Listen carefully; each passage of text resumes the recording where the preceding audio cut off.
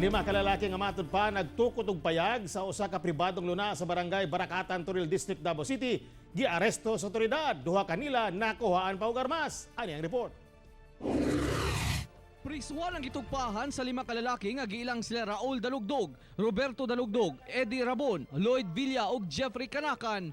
Human gireklamo sa tag-iya sa kaluna sa Baracatan, Davao City nga may okupa nga walay pagtugot sa tag-iya.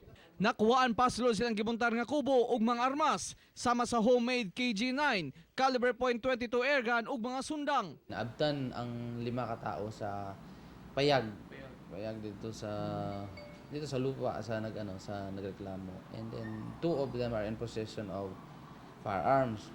In fact, ang isa KG-9, homemade lang siya, but this is a machine pistol. Sumala sa mga dinakpan nga duna manggo daw nagmando sa ilaha, hinungdan nga ilang giokupa ang maong luna. Kami ang aktual okupante. Diha ko na tao. Diha ko na tao gud.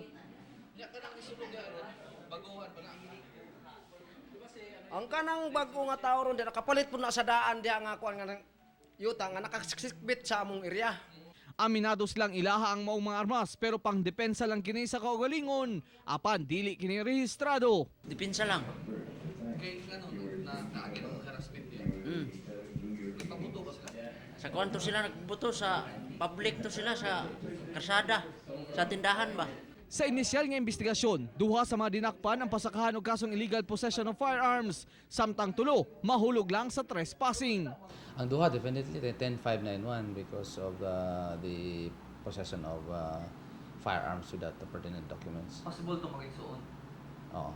Ang tulo, we're looking at a trespassing case lang sa ila. Wala man sila anything kontrabando or armas nga dala.